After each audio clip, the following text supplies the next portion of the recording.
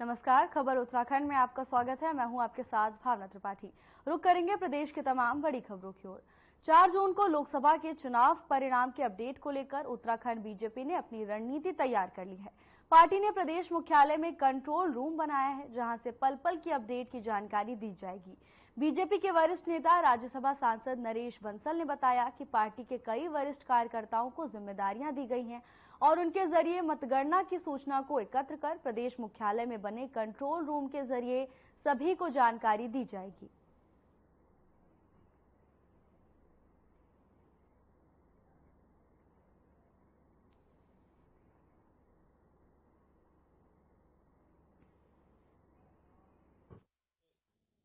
आप लोगों के लिए, मीडिया के लिए अपडेट रहना महत्वपूर्ण है और आप भी प्रयास करते हैं कि सबसे पहले ब्रेकिंग आपका चैनल करे। तो हमारी भी पॉलिटिकल पार्टी के रूप में ये इच्छा रहती है कि हमको सबसे पहले पता लगे कि क्या अपडेट है काउंटिंग का। तो उस दृष्टि से हमने भी अपना कंट्रोल रूम बनाया, वर्क करेगा सब जगह। सारे जहां जहां पर भी काउंटिंग है वहां के किसी न किसी प्रमुख कार्यकर्ता से जो उसके पास अपडेट सबसे पहले आएगा, उससे हमारा प्रदेश कार्यालय, जिला कार्यालय ये उससे जुड़े रहेंगे और उससे निरंतर अपडेट आता रहेगा, जो यहाँ फ्लैश भी होता रहेगा।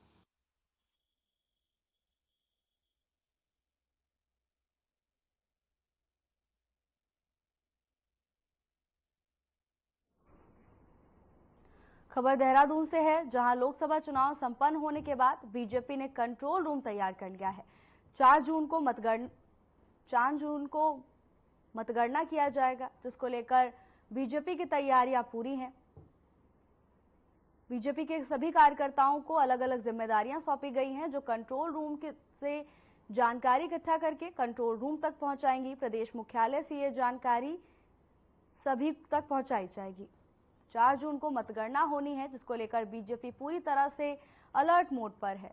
बीजेपी ने कंट्रोल रूम भी बना लिया है, जिसमें लगातार मॉनिटरिंग की जाएगी और पल पल की अपडेट इकट्ठा कर लोगों तक पहुंचाई जाएगी। सभी राज्यों में लोकसभा चुनाव संपन्न हो चुके हैं, तो वहीं मतगणना को लेकर बीजेपी पूरी तरह से तैयार है।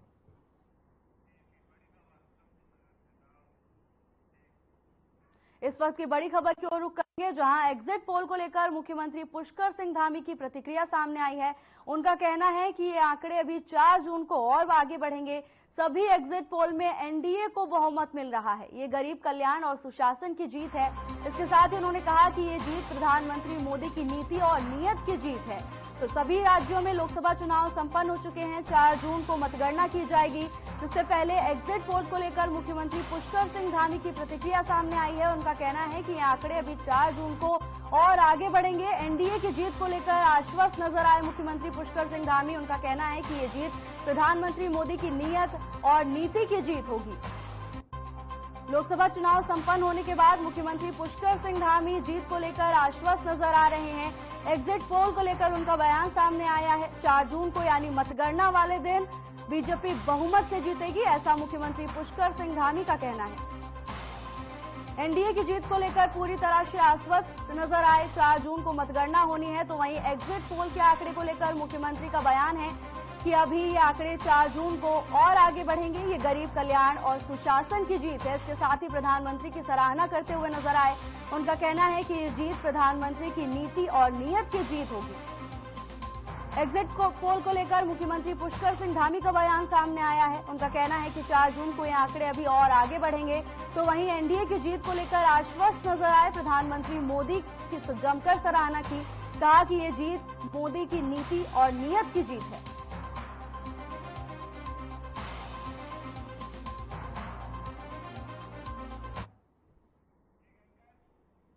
लोकसभा चुनाव के मतगणना को लेकर उत्तराखंड में निर्वाचन आयोग ने अपनी सभी तैयारियां पूरी कर ली हैं। मतगणना के दौरान जिन कर्मचारियों की ड्यूटी है, उनके रेंडमाइजेशन का काम चल रहा है। पहले दौर का कार्य पूरा हो गया है और अब सेकेंड फेज में कर्मचारियों को 2 जून को ड्यूटी के लिए ट्रेनिंग दी जाएगी। प्रदेश के अपर मुख्य निर्वाचन अधिकारी विजय कुमार जोगदंडे ने बताया कि 4 जून को प्रदेश भर में सुबह 8 बजे से मतगणना शुरू होगी। सबसे पहले पोस्टल बैलेट की काउंटिंग की जाएगी, जबकि सुबह 8:30 बजे से ईवीएम की काउंटिंग शुरू होगी। उन्होंने बताया कि मतगणना स्थल की 3 लेयर सुरक्षा की व्यवस्था की गई है। इसके अलावा राज्य की 70 विधानसभाओं की काउंटिंग के लिए 91 काउंटिंग हॉल बनाए गए हैं। प्रत्येक जिले में बनाए गए काउंटिंग हॉल का संबंधित जिलों के अधिकारी लगातार निरीक्षण भी कर रहे हैं और सभी कार्मिकों को दिशा निर्देश भी दे रहे हैं।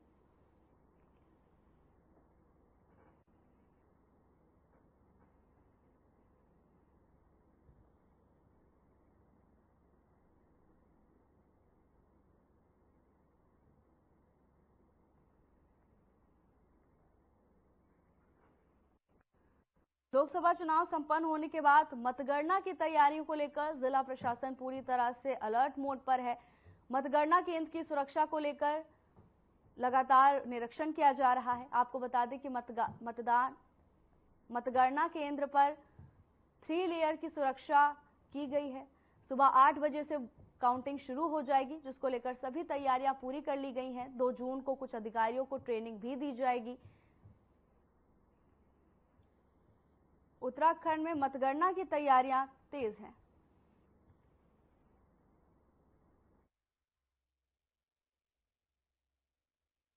देखिए, सभी जो भी हमारे रिटर्निंग ऑफिसर्स हैं और हमारी 5 लोकसभा सीट पर मतगणना जो होगी वो 4 तारीख को सुबह 8 बजे से प्रारंभ हो जाएगी। मतगणना के दृष्टिगत सभी तैयारियां सुनिश्चित की जा रही हैं। विशेष रूप से सभी विधानसभाओं का जो हमने अगर कुल टेबल्स की व्यवस्था की है, 884 टेबल्स हम इस बार यूज कर रहे हैं काउंटिंग के लिए, और हमारे 334 से अधिक जो AROs होंगे काउंटिंग के लिए, उनकी ड्यूटीज तैनात की जाएगी। सभी जनपदों ने अपने जो मतगणना कार्मिक होते हैं, इनका डेटाबेस तैयार कर लिया है। मतगणना कार्मिकों का जो रैंडमाइजेशन का प्रक्रिया होता है, पहला प्रक्रिया पूर्ण किया जा चुका है। सेकेंड रैंडमाइजेशन जो होता है वो 2 तारीख को ऑब्जर्वर साहब की उपस्थिति में संपन्न किया जाएगा। 4 धाम यात्रा के बीच अब केदारनाथ धाम में VVIP और बुजुर्ग श्रद्धालुओं के लिए SUV गाड़ी का इस्तेमाल किया जाने वाला है, जिसे जरूरत पड़ने पर मेडिकल इमरजेंसी के लिए भी काम में लाया जाएगा। वहीं इस बात पर कांग्रेस पार्टी नाराजगी जताते हुए नजर आ रही है। कांग्रेस के प्रदेश प्रवक्ता अभिनव थापड़ ने सरकार पर हमला करते हुए कहा कि ये बेहद शर्मनाक बात है कि केदारनाथ धाम में जहां भोलेनाथ शांति में बैठे हैं, वहां पर थार गाड़ी पहुंचने से आने वाले समय में प्रदूषण से केदारनाथ धाम का तापमान 40 से 50 डिग्री हो जाएगा। साथ ही उन्होंने कहा कि ये सिर्फ VIP कल्चर के लिए सोशल ड्रामा है।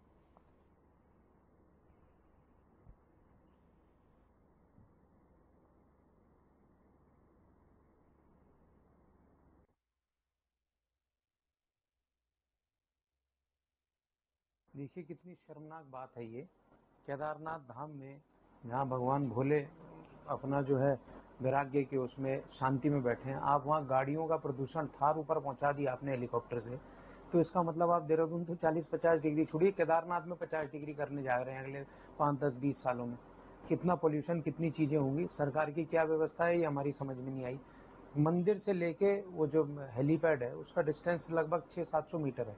उस 700 मीटर के दौरान आपके वहाँ डंडी कंडी वाले हैं, आपके डोली वाले हैं, अगर किसी की व्यवस्था तबीयत खराब हो गई उनको उठा के लाना है और फिर हेलीकॉप्टर से नीचे ट्रांसपोर्ट करना है। तो ये मेरे को लग रहा है खाली VIP कल्चर के लिए इन्होंने शोषा ड्रामा। बढ़ती गर्मी से प्रदेशवासियों को अब राहत मिलने वाली है। मौसम विज्ञान केंद्र की ताजा अपडेट के अनुसार प्रदेश में रेन और थंडर स्टॉर्म एक्टिविटी से बढ़ती गर्मी और हीट वेव से लोगों को राहत मिलेगी। मौसम विज्ञान केंद्र के निदेशक विक्रम सिंह ने बताया कि आने वाले 1-2 दिनों तक रेन और थंडर स्टॉर्म की एक्टिविटी प्रदेश के पर्वतीय और मैदानी इलाकों में होने वाली है और करीब 4 से 5 जून तक ऐसी स्थिति बनी रहेगी, जिससे तापमान में भी कमी आएगी और हीट वेव कंडीशन नहीं रहेगी।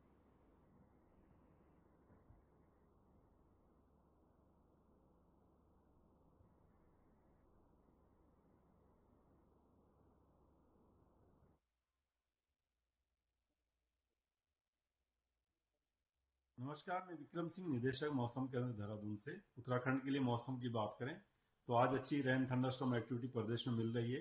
तो पहाड़ों में कुछ जगहों तक में और प्लेन्स में भी एकाध जगहों में ये देखने को मिलेंगी।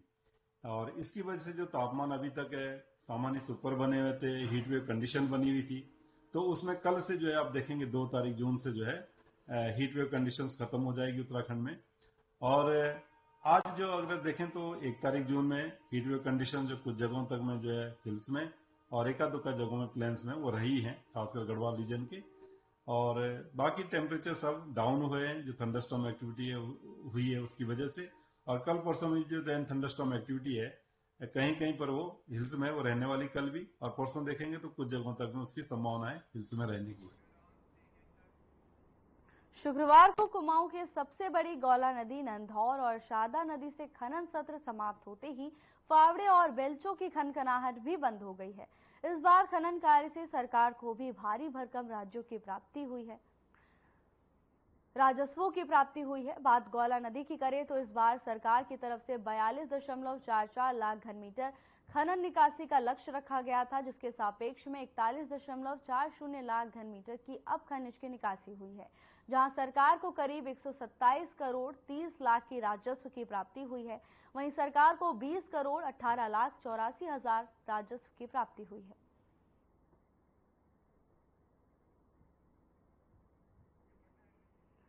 हल्द्वानी में खनन सत्र समाप्त हो गया है, तो वहीं प्रदेश सरकार को भारी भरकम मात्रा में राजस्व की प्राप्ति हुई है। हल्द्वानी में खनन सत्र समाप्त होने के बाद राजस्व की गिनती की गई, जिसमें कई आंकड़े सामने आए। प्रदेश को भारी संख्या में खनन राजस्व की प्राप्ति हुई है।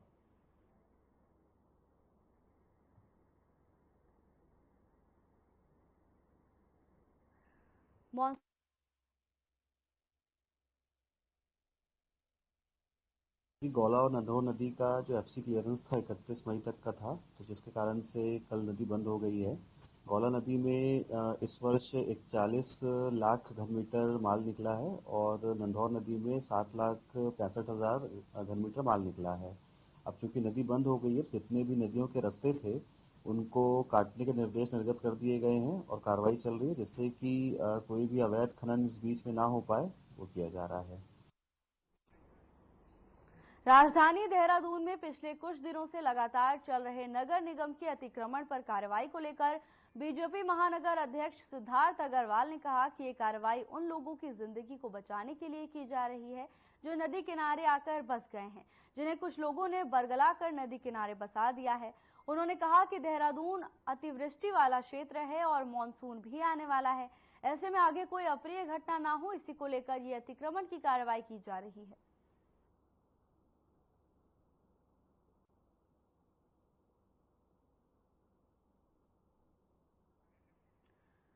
खबर देहरादून से है, जहां नगर निगम की कार्रवाई को लेकर बीजेपी ने सफाई दी है। बीजेपी का कहना है कि अतिक्रमण लोगों की जान बचाने के लिए किया जा रहा है। जैसे कि देखा जा सकता है, मॉनसून सीजन आने वाला है, तो वहीं उत्तराखंड में किसी भी अप्रिय घटना को रोकने के लिए अतिक्रमण किया जा रहा है। बीजेपी का कहना है कि कुछ लोगों ने बरगलाकर लोगों को नदी के किनारे बसा दिया था, तो वहीं अब मॉनसून सीजन के आने के बाद कोई भी अप्रिय घटना घट सकती है, जिसको लेकर सुरक्षा के तौर पर लोगों को वहां से हटाया जा रहा है। नगर निगम लगातार अतिक्रमण की कार्रवाई कर रही है, जिसको लेकर विपक्ष ने कई बार बीजेपी और प्रशासन पर निशाना साधा है। हालांकि बीजेपी ने अपनी सफाई में कहा है कि ये सुरक्षा के तौर पर किया जा रहा है। मॉनसून सीजन को देखते हुए नदी के किनारे बसे लोगों को वहां से हटाया जा रहा है, जिससे कोई भी अप्रिय घटना ना हो।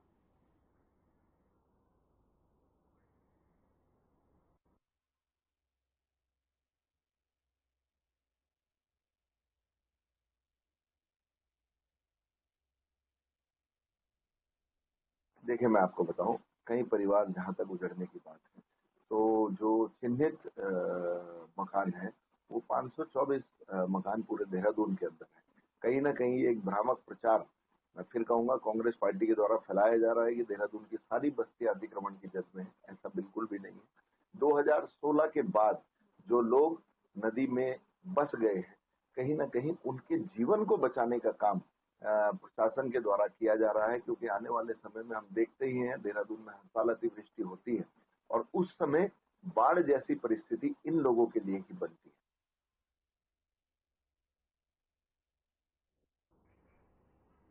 अल्मोड़ा जिले के रानीखेत में उर्स मेले के दौरान बड़ा हादसा हुआ है। बता दें कि दोपहर के बाद तेज हवाओं से कई दुकानों के टेंट उड़ गए और तेज आंधी तूफान से मेले में लगी दुकानों के ऊपर पेड़ गिर गया, जिसमें एक व्यक्ति की मौत हो गई, जिसके बाद अफरा तफरी मच गई। वहीं दुकानों के ऊपर पेड़ गिरने से 8 लोग गंभीर रूप से घायल हुए हैं। घायलों का राजकीय अस्पताल में इलाज चल रहा है। मृतक रामपुर का रहने वाला बताया जा रहा है और 4 गंभीर घायलों को हायर सेंटर रेफर किया गया है।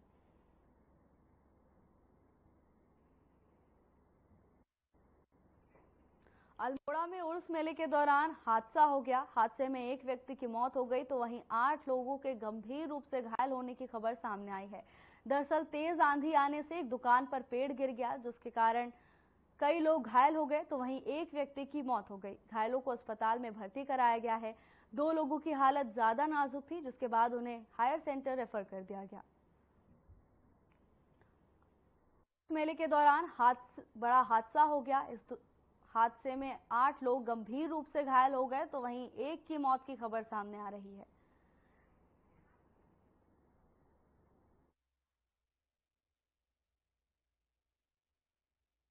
हमारे पास जो मरीजों की संख्या जो यहाँ पे हमारे पास आए, उनमें 10 मरीज जो थे वो उर्स मेले जो यहाँ पे निकट लगा हुआ था, उसमें ऐसा जानकारी मिली कि पेड़ गिरने की वजह से इनको सभी को चोटें आई और इसमें एक मरीज जो था वो ब्रॉड डेड था, जिनका नाम संजू देवल था, सन ऑफ रामचंद, 50 ईयर में। बाकी जो अन्य हैं, जैसे कुछ हमने रेफर किए, उनमें से रेफर करने में 3 मरीजों को हमने यहाँ से रेफर किया, एक को ऑन रिक्वेस्ट रेफर किया। स्वाला में मुर्गी ले जा रहा वाहन दुर्घटनाग्रस्त हो गया, जिसमें एक व्यक्ति की मौत हो गई जबकि एक अन्य घायल हो गया, जिसे स्थानीय ग्रामीणों और अन्य की मदद से जिला चिकित्सालय चंपावत भेजा। इस दौरान जिला अधिकारी चंपावत भी मौजूद रहे, जो कि टनकपुर को जा रहे थे। तो वहीं मृतक का शव को पुलिस ने कब्जे में लेकर आगे की कार्रवाई शुरू कर दी है।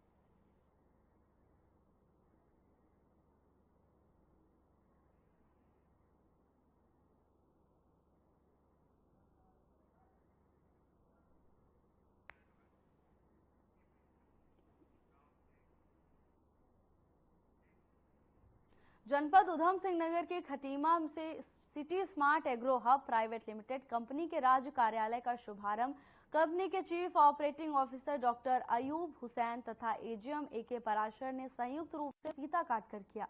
कंपनी के चीफ ऑपरेटिंग ऑफिसर हुसैन ने बताया कि कंपनी प्रधानमंत्री स्वरोजगार योजना को बढ़ावा देने तथा बेरोजगार युवाओं को सशक्त बनाने का कार्य कर रही है। उद्घाटन अवसर पर उपस्थित लोगों को कंपनी के संचालित 12 प्रोजेक्ट्स के बारे में विस्तृत रूप से जानकारी दी गई। वहीं प्रोजेक्ट को अपनाकर स्वरोजगार से जोड़ने के लिए लोगों को प्रेरित और जागरूक किया गया।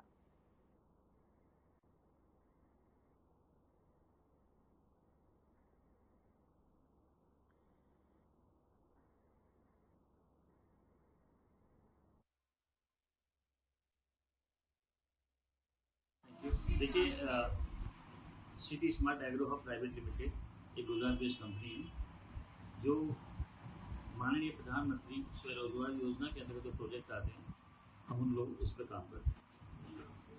जितने भी प्रोजेक्ट हम लोग आते हैं, इसके अंदर हम लोग 12 प्रोजेक्ट हैं स्पेशली जिन पर हम काम करते हैं, जैसे फल फार्मिंग है, मोती की खेती है, मछली पालन है, मधुमक्खी पालन है, कोल्ड स्टोरेज है और प्रोसेसिंग यूनिट्स हम पे काम करते हैं।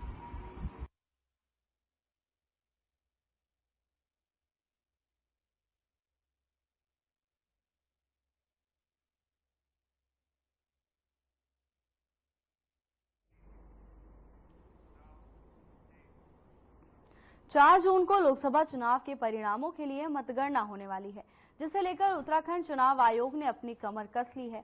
इस मौके पर प्रदेश के अपर मुख्य निर्वाचन अधिकारी विजय कुमार जोगदंडे ने कहा कि मतगणना के लिए 5 लोकसभा सीटों पर हमने कुल 884 मतगणना टेबल की व्यवस्था की है, जिस पर ईवीएम के वोट गिने जाएंगे। साथ ही उन्होंने कहा कि प्रत्येक टेबल पर 3 से 4 कार्मिक तैनात रहेंगे, तो कुल मिलाकर 3000 से अधिक लोग मतगणना के लिए तैनात किए जाने वाले हैं, जिसके साथ पोस्टल बैलेट के लिए 334 टेबल रखे गए हैं।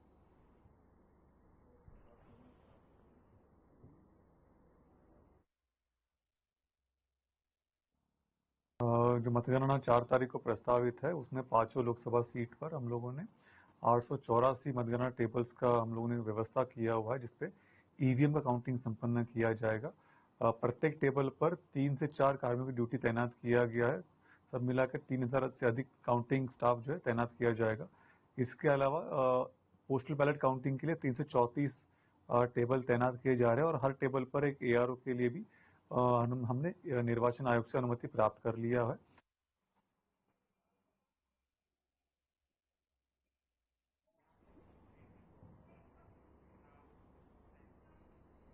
उधम सिंह नगर में लगातार कई जगहों पर वृक्षारोपण कार्य चल रहा है।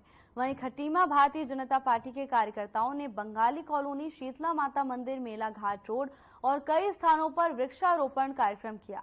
इस दौरान भारतीय जनता पार्टी के प्रदेश कार्यकारिणी सदस्य रमेश चंद्र जोशी और नगर महामंत्री मनोज वाधवा के नेतृत्व में बीजेपी कार्यकर्ताओं, स्थानीय जनप्रतिनिधियों और स्थानीय निवासियों ने बढ़ चढ़कर वृक्षारोपण कार्यक्रम में भाग लिया। साथ ही भारतीय जनता पार्टी के प्रदेश कार्यकारिणी सदस्य रमेश चंद्र जोशी ने इस अवसर पर कहा कि मौजूदा समय में ग्लोबल वार्मिंग की स्थिति को देखते हुए विश्व भर में वृक्षारोपण कार्यक्रम चलाए जाने चाहिए ताकि परिस्थिति तंत्र नियंत्रित रहे। खबर उधम सिंह नगर से है, जहां बीजेपी कार्यकर्ताओं, स्थानीय जनप्रतिनिधियों और स्थानीय निवासियों ने वृक्षारोपण कार्यक्रम का आयोजन किया। शीतला माता मंदिर में हम सभी भाजपा के कार्यकर्ताओं, स्थानीय नवयुवकों ने और यहाँ के नागरिकों द्वारा वृक्षारोपण का एक सूक्ष्म कार्यक्रम किया गया, जिसके तहत आम, आंवला, पीपल और कई अन्य प्रकार के प्रजातियों के पौधे हमने रोपित किए हैं। और आज ये सब लोगों ने मिलकर के संकल्प लिया है, जो भीषण गर्मियां पड़ रही हैं, अब हम सब लोग, हर परिवार का एक एक व्यक्ति एक एक पौधा अपने घर पे लगाएगा, जिससे कि ये जो भीषण गर्मी से हम सब लोगों को निजात मिलेगी और ये अभियान लगातार जारी रहेगा। आने वाले पर्यावरण दिवस पे हम लोग बृहद। उत्तराखंड का अल्मोड़ा नगर पालिका में मतदाता सूची को लेकर विवादों के घेरे में है।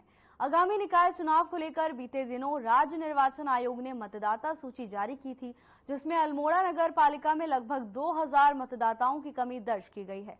मतदाता सूची को लेकर जनप्रतिनिधियों ने विरोध दर्ज किया है। राज्य निर्वाचन आयोग की ओर से मतदाता सूची को पुनः निरीक्षण करने के निर्देश दिए गए, जिसके फलस्वरूप अल्मोड़ा नगर पालिका के 13 वार्डों में मतदाता सूची की जांच की गई, जिसके बाद जिला प्रशासन ने आपत्ति दर्ज कराने के लिए 1 सप्ताह का समय दिया गया। इस दौरान कई वार्डों में लोगों की आपत्ति दर्ज की गई, जिसमें कई मतदाताओं के 1 से अधिक वार्ड दर्ज हैं और कई नाम गलत तरीके से दर्ज किए गए हैं। अधिशासी अधिकारी ने बताया कि जांच के दौरान कई वार्डों में आपत्ति सही पाई गई है, जिस पर नियमानुसार कार्रवाई की जा रही है। पालिका के कुछ वार्डों में नाम विलोपन के आपत्तियां विगत कैंप्स में प्राप्त हुई थी, जिस क्रम में निर्वाचक रजिस्ट्रीकरण अधिकारी, उप जिलाधिकारी महोदय द्वारा तहसीलदार अल्मोड़ा और पालिका को जांच के निर्देश दिए थे। और वर्तमान में एक वार्ड जो रामसला वार्ड है, उसमें तहसीलदार महोदया द्वारा और पालिका की टीम द्वारा आपत्तियों का परीक्षण किया गया और जो आपत्तियां हैं उसको एक एक करके डोर टू डोर जाके क्रॉस चेक किया गया है। उसकी विस्तृत रिपोर्ट अभी बनाई जा रही है और वो जिलाधिकारी महोदय को, यानी जी, हम लोग यहाँ 10 साल से रहते हैं और हमारे वोटर लिस्ट में भी नाम है, लेकिन कुछ लोग यहाँ पर हमें वोट देने से वंचित कर रहे हैं। वो कह रहे हैं कि ये बाहरी लोग हैं, तो इस वजह से अब हम वोट नहीं दे पा रहे हैं। हमारे वोटर लिस्ट में भी नाम है। हम जिला प्रशासन से ये मांग करते हैं कि हमें वोट देने से वंचित न किया जाए।